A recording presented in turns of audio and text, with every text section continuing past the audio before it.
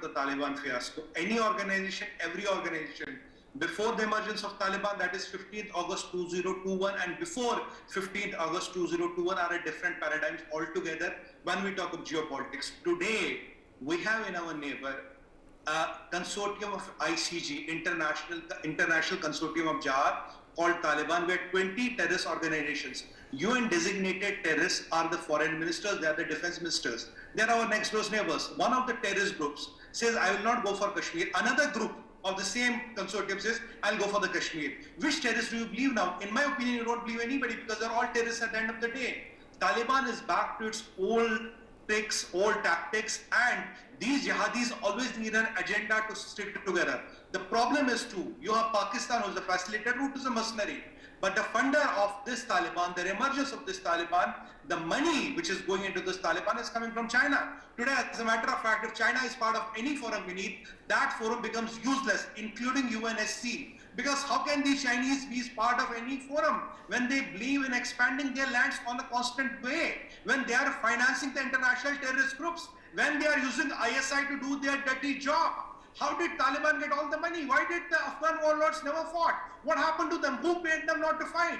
These are the realities of the world we live in. We need to recalibrate our own strategy, because when it's Brazil, Taliban cannot reach there. When it's South Africa, Taliban does not have an impact radius there.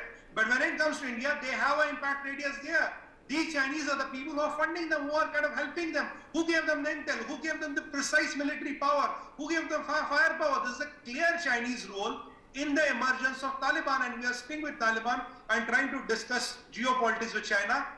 I don't think we are going to reach anywhere, but yes, at international forums, we have to raise our concern. Vladimir Putin rightly raised the concern, because remember, he had Chechnya in Russia, and these Taliban, nobody trusts. You have Xinjiang, you have Chechnya, you have Balochistan, you have Khyber Pakhtunkhwa, and you have Kashmir on this side. And they are the people who are in the center. They have the power, they have the land, they have the resources, and they have a lot of American leftovers. Millions of rounds of ammunition, war machines. How is a name? What do they don't have? And today, world is running to give them legitimacy. Why are Chinese giving them $31 million? Why were Chinese looking Masood Azhar to be designated an international terrorist? How can you have two faces? On the one hand, you stop Masood Azhar to be designated as an international terrorist.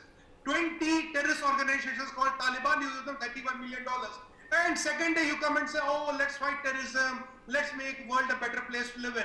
You can't have these two double-sided, blatant, explicit, double-sided foreign policy. It's not going to help. We can raise our concerns, but we will depend on people like General Katoch and diplomats who will protect this country. Our government is capable, we have a very strong army, and we have a very strong diplomacy. That is our savior. No alliance, no Brics and all is going to do anything. As long as you have China in the room, it is the elephant in the room. They have 7 faces. कहते हैं रावण के 10 sir थे, इनके 25 हैं. Every day they change a face and they wear a mukuta and come to forum. It's a joke to have China in any form and expect any civilized business out of that. All right.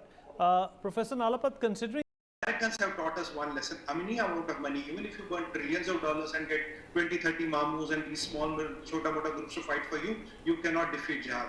The lesson what we learn is we have to strengthen our defenses, we have to strengthen our army and be ready for any eventuality. If we can send them a message, we will goddamn wipe you out. We will evaporate you from the face of earth. That's the only way to stop them. And diplomacy can be done with literate and gentlemen, not with UN designated terrorists. That is the point number 2. Look at their council. The Kazakhs are almost 40%. 3 Kazakhs, no Uzbek, no Hazara, no women in any of the posts. Recently, yesterday, they pointed guns to women. They killed one police officer, 6 months pregnant, and used a screwdriver to pull brains out of head. There are the kind of barbarians, medieval barbarians you are dealing with.